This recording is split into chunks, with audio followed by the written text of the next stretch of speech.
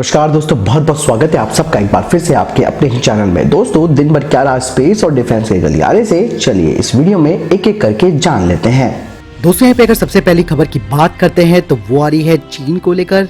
भारत की यहाँ पर अब सबसे बड़ी जीत दिखाई दे रही है, क्योंकि भारत की लगातार मीटिंगों के बाद अब चीन कई जगहों से करीबन पूर्वी लद्दाख में खासकर की 2.5 किलोमीटर पीछे हट गया है। पूर्वी लद्दाख में चीन के सैनिकों ने कई पॉइंट्स को छोड़ा है। सरकार के सूत्रों ने बताया कि गलवान क्षेत्र में पीपल लिबरेशन आर्मी यानी कि पीएलए ने पेट्रोलिंग पॉइंट 15 और हॉट स्प्रिंग क्षेत्र से 2.5 किलोमीटर अपने आप को पीछे खींच लिया है, जबकि भारत ने अपने सैनिकों को कुछ पीछे हटाया है। इसमें पहले 4 जून को भी ऐसी रिपोर्ट आई थी कि चीन की सेना 2 किलोमीटर पीछे हट गई है। आपको बता दें कि चीन ने उस वक्त ये कदम 6 जून को होने वाली लेफ्टिनेंट जनरल की मीटिंग के बाद ये कदम उठाए थे। इस पहलकदमी से पूर्वी लद्दाख के गालवा घाटी में भारत और चीन के बीच उपजे तनाव में कमी के संकेत मिलने लगे हैं। ये नहीं, आपको बता दें कि चीन ने वास्तविक नियंत्रण रेखा से जुड़े कम से कम 3 स्थलों से अपनी सेना को पीछे करने के लिए वो तैयार हुआ है। भारत की तरफ से भी सेना को पीछे करने के संकेत दिए गए हैं। बताया जा रहा है कि अगले 2 दिनों के बीच कूटनीतिक और सैन्य स्तर पर फिर से बातचीत होगी, जिससे सीमा पर तनाव दूर करने में मदद मिलेगी। यानी कि दोस्तों, चीन पहले तो दबदबा बनाने की कोशिश करता है, लेकिन अगर उसको उसी की भाषा में जवाब दिया जाए तो चीन अपने आप ही बैकफुट पर आ जाता है। और यही हुआ है लद्दाख में भी, जहां काफी अंदर आ चुकी थी सेना चीन की, लेकिन भारत को यहाँ पर एक बड़ी कूटनीतिक कामयाबी मिलती हुई नजर आ रही है। बहरहाल अभी कई जगहों पर मुद्दे अभी भी सुलझाने बाकी हैं, जहां पर भारत और चीन के बीच अभी भी सीमा का विवाद बना हुआ है। दोस्तों, यहाँ पे अगली खबर की बात करते हैं तो जम्मू और कश्मीर को लेकर आ रही है।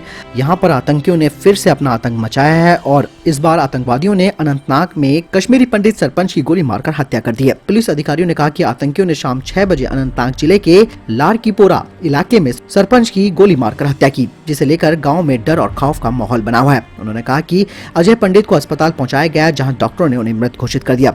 बहरहाल किसी भी आतंकी संगठन ने इसकी जिम्मेदारी नहीं ली है। इस घटना को अंजाम देकर आतंकियों ने एक बार फिर से घाटी में खौफ पैदा करने की कोशिश की है। लेकिन दोस्तों, यहाँ पर आपको एक बात और समझनी बेहद जरूरी है। दोस्तों, आपको जैसा कि सभी को मालूम है कि कश्मीरी पंडितों पर ये जो हमला हुआ है, ये पहली बार नहीं हुआ है। इससे पहले कश्मीरी पंडितों को वहां से निकाल दिया गया था और उनके अंदर डर और खौफ का माहौल पैदा कर दिया गया था। लेकिन भारत की नई सरकार बनने के बाद जम्मू कश्मीर में एक आस जगी थी कश्मीरी पंडितों के लिए, लेकिन अब धीरे धीरे ऐसा लग रहा है कि आतंकी फिर से अपना आतंक वहां पर दिखा रहे हैं। लेकिन यहाँ पर भारतीय सेना भी काफी चौकस है और इस घटना की जांच कर रही है, ताकि पता चल सके कि किन आतंकियों ने इस तरीके की घटना को अंजाम दिया है। बहरहाल दोस्तों, यहाँ पर बहुत ज्यादा इंपॉर्टेंट है कि वहां के नागरिकों की सुरक्षा करना, जो कि सेना का कर्तव्य है, और आतंकियों का सफाया करना, क्योंकि आतंकी यहाँ पर बहुत ज्यादा तिलमिला गए हैं।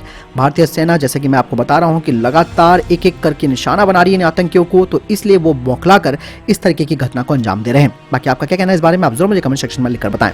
दोस्तों, यहाँ पे अगली खबर की बात करते हैं डीआरडीओ को लेकर। आपको बता दें कि भारत अपनी नौसेना के लिए 25 टन के ट्विन इंजन टेक आधारित यानी कि TEDBF फाइटर जेट को विकसित करने की राह पर है। और जानकारी के अनुसार आपको बता दें कि इन फाइटर जेट्स को जनरल इलेक्ट्रिक द्वारा निर्मित 2 F414GE IN-S6 after burning turbofan engine द्वारा ऑपरेट किया जाएगा, जो कि ड्राई थ्रस्ट उत्पन्न करते हैं। 58 किलो न्यूटन का थ्रस्ट और 98 किलो न्यूटन का थ्रस्ट फेज क्लास, जो कि ट्विन इंजन कॉन्फ़िगरेशन का है। इसका मतलब ये होगा कि जो TEDBF है वो अपनी क्लास का एक बेहतरीन विमान होगा। दोस्तों, आपको बता दें कि अब DRDO ने IUCAV UH-F20 इंजन को विकसित करना शुरू कर दिया है, जो कि कावेरी के ड्राई सेक्शन का एक उन्नत संस्करण है, जिसमें 52 किलो न्यूटन का ड्राई थ्रस्ट होगा। IUCAV UH-F20 इंजन में आफ्टर बर्नर मॉड्यूल या प्रोपेलिंग नोजल नहीं होगा, लेकिन ये मॉडल से जुड़ने के बाद ये इंजन 81 किलो न्यूटन से 85 किलो न्यूटन वेट थ्रस्ट उत्पन्न करेगा, जो कि TEDBF को पावर देने के लिए पर्याप्त होना चाहिए। आपको बता दें कि TEFDF की तकनीकी विशेषताओं के बारे में अभी खुलासा नहीं किया गया है, लेकिन IUCAV UH-F20 इंजन, जिसे कि DRDO विकसित कर रहा है, वो इस लड़ाकू जेट के लिए होगा। आपको बता दें कि TEDBF को 11 टन से कम के एम्प्टी वेट की आवश्यकता होती है और IUCAV UH-F20 इंजन के बर्निंग वाले मॉडल के बाद कम से कम 85 किलो न्यूटन का वेट थ्रस्ट का होना आवश्यक है। अन्य महत्वपूर्ण जो कारक हैं, इंजन का वजन 1 टन से कम है और 2030 तक ये अपने प्रोडक्शन के लिए शुरू हो जाएगा। यानी कि दोस्तों, यहाँ पर DRDO लगातार प्रयास कर रहा है अपने स्वदेशी इंजन को विकसित करने के लिए, और IUCAV UH-F20 इंजन, जो कि वो खास करके TEDBF लड़ाकू विमान के लिए बना रहा है, वो जल्द से जल्द बनने की कगार पर अब लग रहा है, क्योंकि 2030 में इसका उत्पादन किया जाना भी बेहद जरूरी है। और यहाँ पर भारत एक तरफ फिर से अपने स्वदेशी इंजन पर अपना भरोसा जताता हुआ दिख रहा है। दोस्तों यहाँ पे अगली खबर कोरिया को लेकर आ रही है। आपको बता दें कि नॉर्थ कोरिया और साउथ कोरिया के बीच एक बार फिर से संबंधों में खटास दिखती नजर आ रही है। दोनों देश एक दूसरे की तरफ दुश्मनी की ओर बढ़ रहे हैं। रॉयटर्स के अनुसार इस बीच नॉर्थ कोरिया की एक न्यूज एजेंसी ने कहा है कि नॉर्थ कोरिया पूरी तरह से उत्तर कोरिया और दक्षिण कोरिया के बीच बनाई गई जो हॉटलाइन होती है उसका संपर्क करना भी बंद कर दिया है। इस लाइन के जरिए दोनों देश आपस में बातचीत करते थे।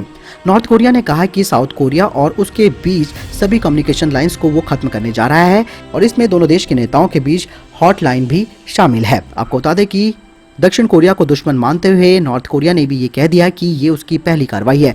आपको बता दें कि साल 2018 में बातचीत के बाद दोनों देशों ने तनाव कम करने के लिए एक कार्यालय भी स्थापित किया था।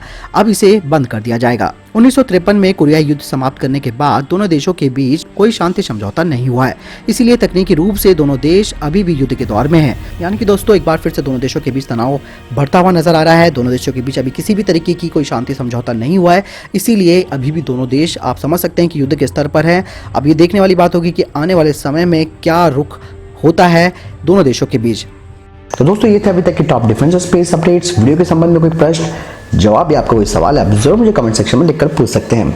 मैं आपके कमेंट्स का जवाब अवश्य दूंगा। दोस्तों इस वीडियो के लिए इतना ही, मिलता हूं नए वीडियो के साथ। तब तक जय हिंद,